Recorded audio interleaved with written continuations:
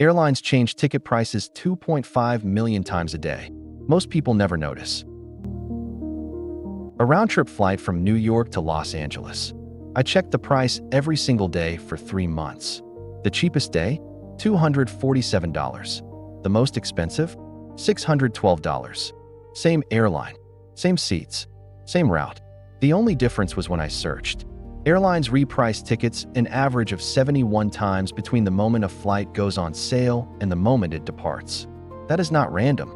It is an algorithm designed to extract the maximum amount from every passenger. But here is the thing. The algorithm has a pattern, and once you see it, you will never overpay for a flight again. Tonight, I am going to show you the exact window, backed by data from 917 million airfares, that consistently delivers the lowest prices.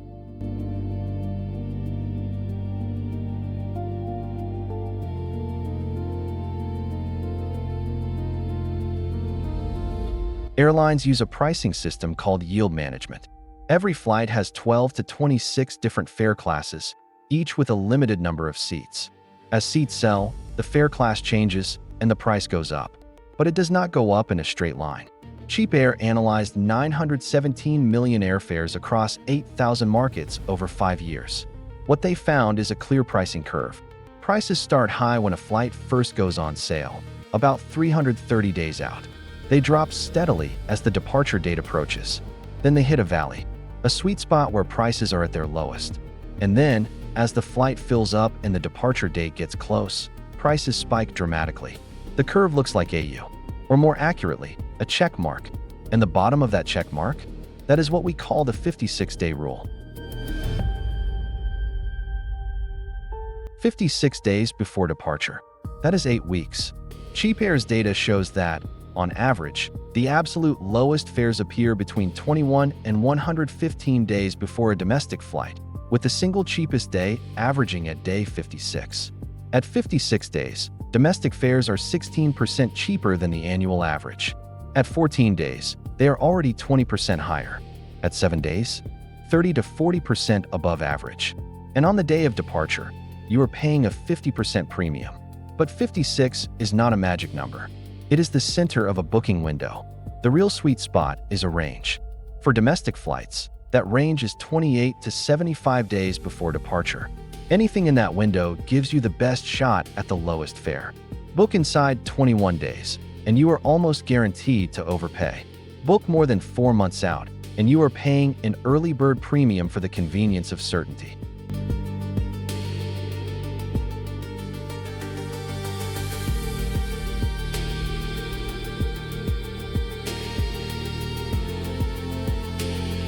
Let us break this down by route type. For domestic flights within the United States, the data is consistent year after year. The prime booking window is 28 to 75 days out. Peak savings cluster around 47 to 62 days.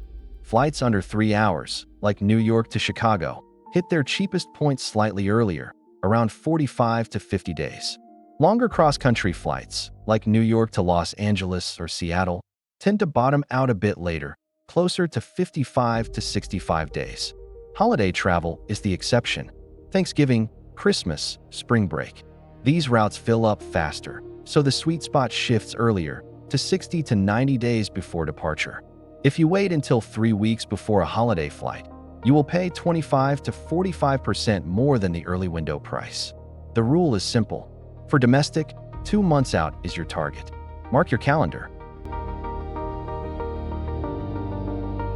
International flights follow a different curve entirely.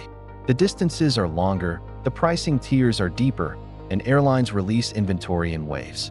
For short international routes like the US to Mexico or the Caribbean, the sweet spot mirrors domestic at about 45 to 60 days.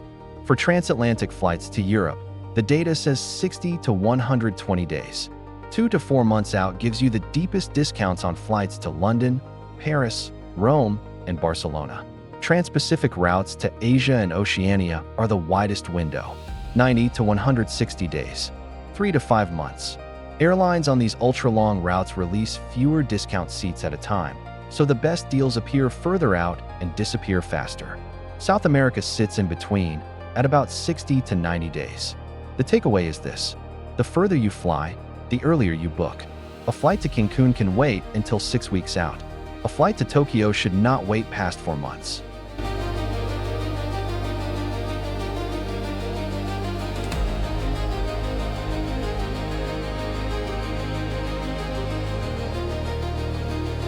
Now let us talk about which day of the week to book. This is one of the most debated topics in travel hacking. You have probably heard that Tuesday is the cheapest day to buy flights. That advice used to be solid. Airlines historically launched sales on Tuesday evenings, and competitors matched by Wednesday morning. But the data has shifted. A 2024 analysis by Hopper found that the cheapest days to book domestic flights are now Sunday and Wednesday. Tuesday still shows up in the data, but the gap has narrowed to about 2 to 5% compared to the most expensive day, which is Friday. For international flights, Thursday and Friday actually show slightly lower prices. The logic is that business travelers book Monday through Wednesday, so leisure fares drop when business demand does. The honest truth? The day of week effect is real but small, maybe $15 to $30 on a domestic ticket. The 56-day window matters 10 times more than which day you click buy.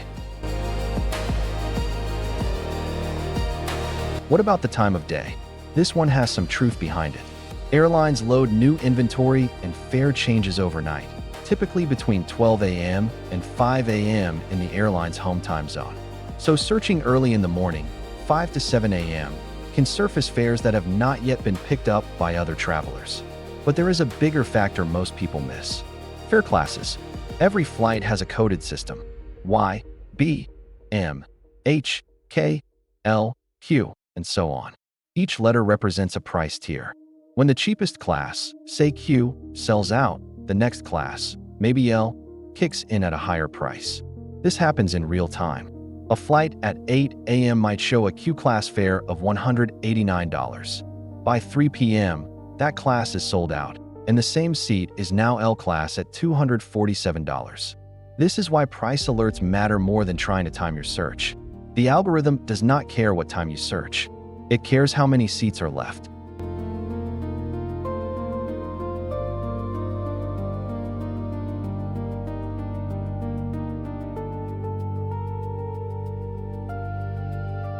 Let me walk you through the exact tools that make this strategy effortless.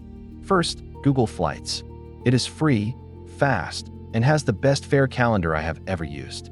Type in your route, click the date grid view, and you get a color-coded calendar showing the cheapest and most expensive days to fly.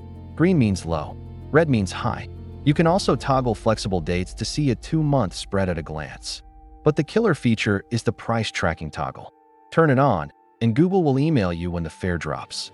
It tracks both specific dates and flexible date ranges. Second, Hopper. This app predicts whether prices will go up or down with 95% accuracy, according to their published data. It color codes fares into buy now, wait, or do not buy categories. Hopper sends push notifications when it is time to buy. For domestic flights, I check Google Flights first for the overview, then set up Hopper alerts for the specific route. Third, Skyscanner. Its Everywhere feature lets you type a departure city and destination as everywhere, and it returns the cheapest flights to any destination in the world. Perfect if you are flexible on where to go. It also searches smaller airlines and budget carriers that Google Flights sometimes misses. Fourth, Momondo. This Danish metasearch engine is underrated. In side-by-side tests, it surfaces fares 5 to 12% cheaper than competitors about 20% of the time. Not always, but often enough to be worth the extra search. Fifth, set up fare alerts on at least 2 platforms. Google Flights plus Hopper is my minimum. Add Skyscanner for international routes. The reason for multiple alerts is simple. Each engine has different airline partnerships and data refresh rates.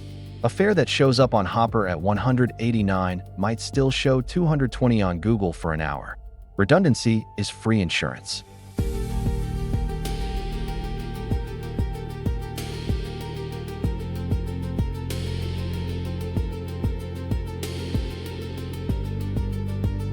Mistake number 1. Booking too early. I know this sounds counterintuitive, but buying a flight 6 months out for a domestic trip usually costs more, not less. Airlines know that early bookers have rigid schedules, so they charge a certainty premium. The only exception is peak holiday routes, which fill up fast. Mistake number 2. Waiting for last-minute deals. The myth of the 48-hour miracle fare needs to die. In the 2000s, airlines did dump seats at the last minute. Today, algorithms are too smart. Last-minute fares are consistently 30 to 50% higher than the 56-day sweet spot. The only last-minute deals that still exist are on airfares and flash sales, and those are random. Mistake number 3. Loyalty program tunnel vision. Flying a more expensive airline because you need the miles can cost you hundreds per trip. Run the math. If you are spending $200 extra for 5,000 miles, each mile is costing you 4 cents. Most airline miles are worth 1.2 to 1.8 cents. You are losing money. Mistake number 4. Ignoring nearby airports. This is one of the biggest money-saving opportunities people overlook. Flying into a secondary airport can save 30 to 40% on the same route. New York has 3 major airports. Los Angeles has 5 within 90 minutes. Chicago has 2, and Midway is almost always cheaper than O'Hare. London has 6. Google Flights lets you search multiple airports at once by clicking the plus sign next to the departure or arrival field. Use it. Mistake number 5. Not being flexible with dates. A 2023 study by the Airlines Reporting Corporation found that shifting your departure by just 1 to 3 days can save an average of 18% on domestic fares. Midweek flights, Tuesday through Thursday, are consistently 15 to 25% cheaper than Friday or Sunday flights. If your schedule allows even a 2-day window, you unlock significantly better fares. Let me put this all together into a simple, repeatable system. Step 1. Know your window. For domestic flights, start watching prices 3 months out. For international, 5 to 6 months. Step 2. Set alerts immediately. Google Flights plus Hopper as your minimum. Skyscanner for international routes.